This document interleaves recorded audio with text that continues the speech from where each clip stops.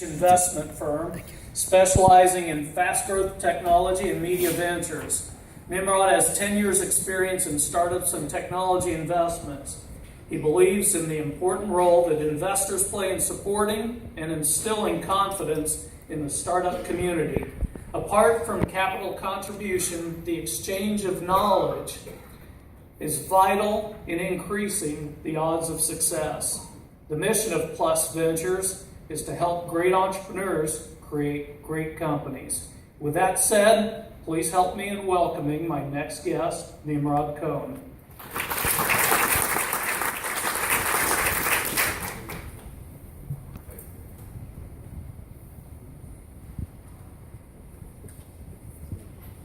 I'd like to start out. Hello. Hi, hello. I'd like to start out first by wishing you Yom Huledet Sameach, happy birthday today. Thank you, wow. No, I'm so excited that you arranged this event only to celebrate my birthday. Thank you.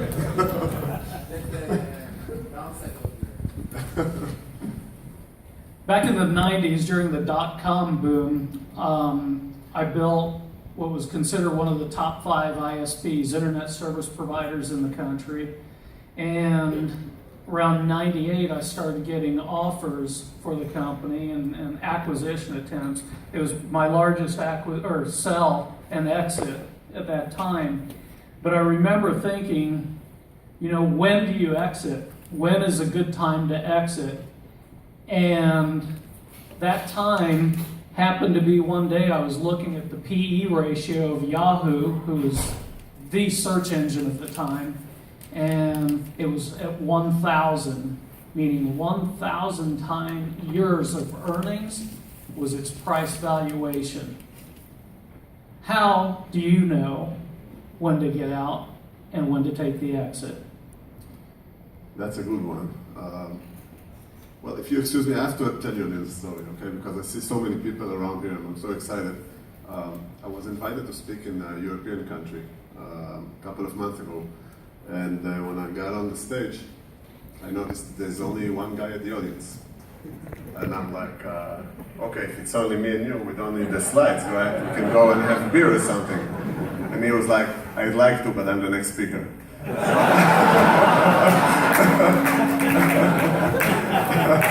So that's...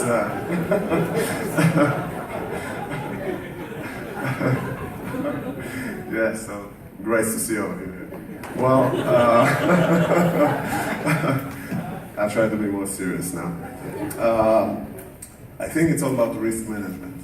The first thing is how good is the offer that you get. I mean, if it's something huge, if it's something phenomenal, I guess it's easy, just sell. The thing is, when it's not phenomenal, you need to consider several things.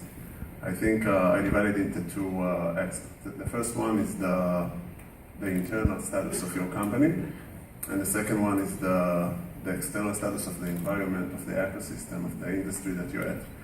And by saying the internal status of your company, I'm meaning how much money do you have in the bank? How far away are you from achieving your next KPIs that might get your valuation higher? Do I have investors that are going to support my company in bad times as well as good times? And when I'm saying external aspect, I mean, it's all about trends and momentums, right? So if my company is in the field of, cyber, for example, and the trend began like 5 years ago, and it doesn't exist like 5 years ago, and it might not exist in 2 years, so I need to take that into consideration. I mean, if it's like the end of the trend, the end of the momentum, or it's like just the beginning of it, what is the valuation of companies in my field? If it sounds like a fair deal, if it sounds underrated, I think that those are the things that you need to take under consideration, as well as the general atmosphere of the ecosystem, of the economic. I mean, if it's going down, if it's stable, if it's going up. Excellent advice. You told me earlier you manage a portfolio of tech companies, and some of those have had exits. Can you tell me a story about one of those exits? Well, I'll tell you a story. It's only between the 2 of us, right? Of course, nobody else is here. So I can talk about numbers. I mean, that was a tough one. I'll be happy to. I'm not sure if we did right, but I'll be happy to share it.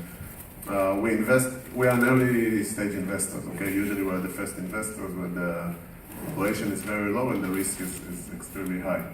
So we invested in a company called Meerkat. I'm not sure if you're familiar with. We were the first investor. The valuation was like $800,000, very low valuation because they came with just an idea and it's a very risky. It's a B2C and it's kind of crazy. So they did pretty well. They did their round A, and after 2 years or so, there was great buzz around them at the Silicon Valley, and they were doing a round of $50 million, and the valuation was about 70 times the valuation that we invested in. And it was oversubscription, and everyone wanted to get in, and they asked us to sell our shares.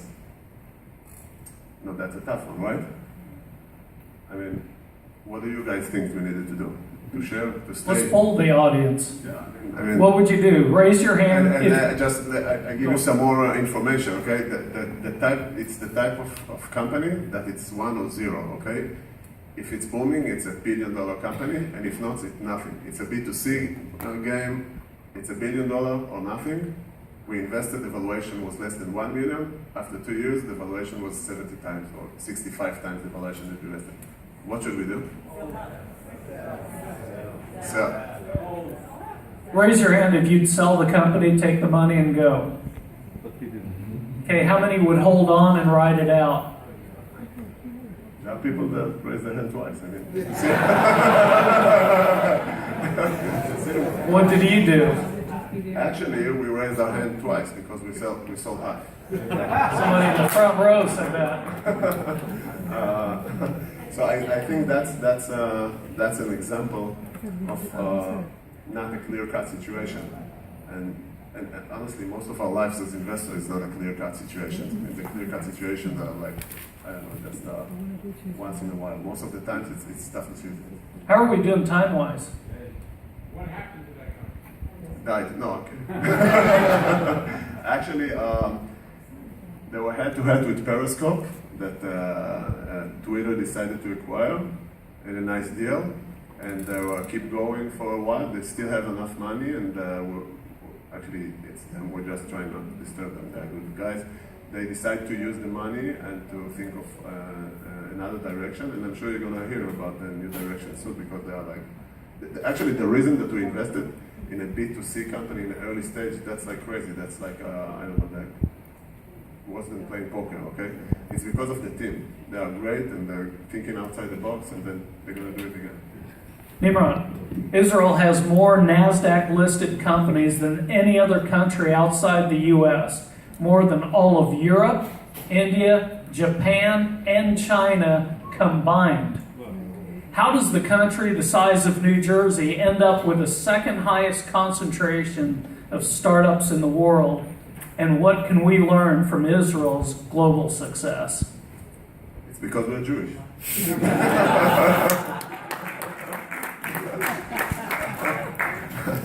Well, I didn't mean to make fun, but I mean, that's. I think that this advantage of being a small country can work for you in some situation as this one. Because in Israel, there is no startup that's looking at the local market. From the very first meeting, from branding the name of the company and the product, from the URL, okay? There is no startup in Israel that's going to buy the URL and ended up with COIL, okay? They're always going to buy the .com or some other new URLs. So for the very first meeting, they're not looking about the local market. Because even if they're going to control the local market, it's not big enough. So they're looking at the American market and other places. So if they're doing good, it's big time. And other places around the world that I travel and talk to entrepreneurs, they look at the local market and they're like, that's fair enough. I mean, think about Germany or France. I mean, if they're doing good there, it's like they can make some decent money. And the thing is that if you're looking at the local market and you brand your brand new product and company for the local market, and after 3 or 4 years that you control your local market, you want to go globally, it's very hard. It's very hard because sometimes the product is different, the UI is different, the people are different.